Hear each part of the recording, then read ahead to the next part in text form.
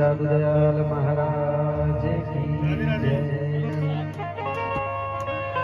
दादू नमो निरंजन नमस्कार गुरुदेव वंदनम सर्व साधवा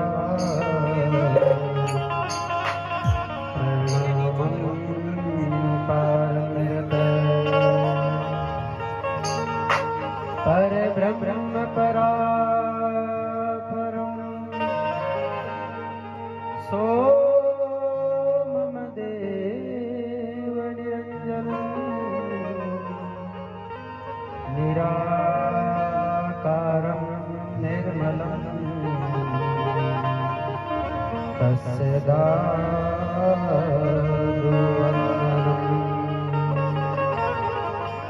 गुरुर्ब्रह्मा गुरुर्विष्णु गुरुर्देवो महेश्वर गुरुर्साक्षात् परं ब्रह्म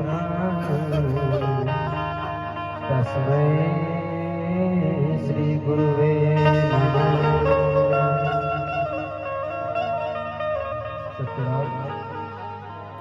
परब्रह्म परमात्मा जगनियंता जगता उस परम परमात्मा को मेरा साक्षात चरणों में दंडवत प्रणाम एवं मेरे आराध्य परम इष्ट देव संत परम श्री दादू दयाल जी महाराज के चरणों में मेरा साक्षात दंडवत प्रणाम। मंच पर विराजमान सभी संत महापुरुषों एवं व्यासपीठ कोई मेरा सादर सत्यराम, पांडाल में उपस्थित सभी श्रोतागण एवं संगीत में आनंद देने वाले सभी कलाकारों को मेरा सादर सत्यराम। जहाँ पर भी हम कथा में जाते हैं, श्रवण करते हैं, तो बड़े बड़े विद्वान जन, महापुरुष, वक्ता सभी हमें यही कहते हैं कि ये जो संसार है ये मिथ्या है, ब्रह्म सत्यम जगत मिथ्या। यही आपको सुनने को मिलता है जहाँ भी कथा में हम जाते हैं। ऐसा कहने वाले वक्ता भी, संत महापुरुष, विद्वान भी उस भगवान की रचाई हुई माया इस संसार में स्वयं उलझ जाते हैं, वह भी नहीं निकल पाते। ऐसा कहने वाले संत ही उलझ जाते हैं, ये भगवान की माया है। एक दृष्टांत है, एक बार की बात है, जैसे अभी यहाँ पर सरदार नगर में कथा चल रही है, ठीक उसी प्रकार एक नगर में कथा चल रही थी। तो महाराज जी सभी को उपदेश दे रहे थे कि ब्रह्म सत्यम जगत मिथ्या, ये संसार नश्वर है। ऐसा उपदेश दे रहे थे कि तभी उस कथा में पांडाल में एक पागल हाथी आ जाता है। उस पागल हाथी को देखकर सभी उठ के भागने लग जाते हैं, लेकिन महाराज जी कहते हैं कि बैठो बैठो, रुक जाओ, जगत मिथ्या है, नश्वर है, कुछ नहीं होने वाला, बैठो, कुछ नहीं वाला, सब एक दिन मरेंगे, बैठ जाओ। लेकिन कोई नहीं सुनता महाराज की, सभी उठ के भाग जाते हैं।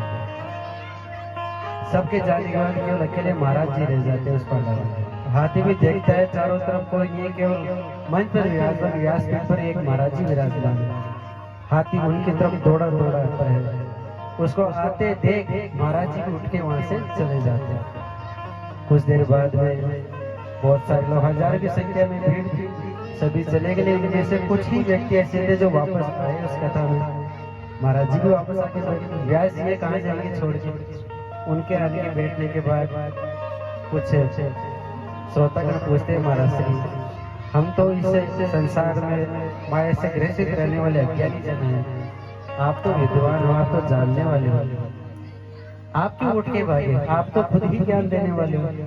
तो कहते अरे मूर्ख, मैं उठ के भागा, वह भी तो मिथ्या थी, मैं कहाँ उठ के गया, यह सब मिथ्या ही तो है।